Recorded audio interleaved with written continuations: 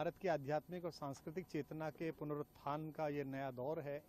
भारत आर्थिक रूप से भी बहुत आगे बढ़ रहा है, जिससे विश्व की महाशक्तियां तक चिंतित हैं और हमारी जो आध्यात्मिक और धार्मिक चेतना है उसका विकास हुआ है। मध्यम वर्ग में, उच्च मध्यम वर्ग में समय की सीमाएं भी तय हुई हैं।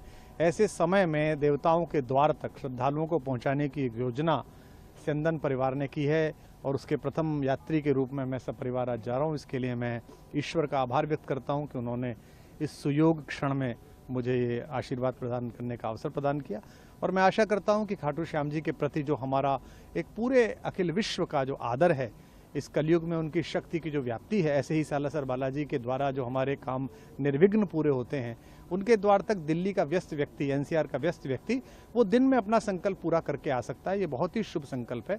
विशेष रूप से जिस परिवार की व्यापारिक योजना इस काम के पीछे लगी है, उनके व्यापारिक कौशल के विषय में अंतर्राष्ट्रीय रूप से ख्याति है और प्रसिद्धि है और वे एक जगत ज्ञापित लोग हैं।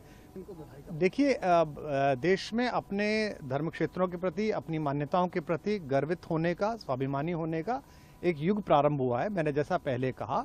और ये इसी बात का प्रतीक है कि पहली बार नए साल के अवसर पर, जो अंग्रेजी नववर्ष होता है, ये हुआ कि लोगों ने ताजमहल देखने की बजाय अयोध्या में भगवान के मंदिर का दर्शन करना ज़्यादा उचित समझा। वहाँ ज़्यादा लोग गए। ताजमहल की भी अपनी व्याप्ति है, वो भी एक अंतर्राष्ट्रीय स्तर पर ख्याति प्राप्त एक शिल्प का नमूना है। उन शिल्पियों को नमन जिन्होंने उसे बनाया था।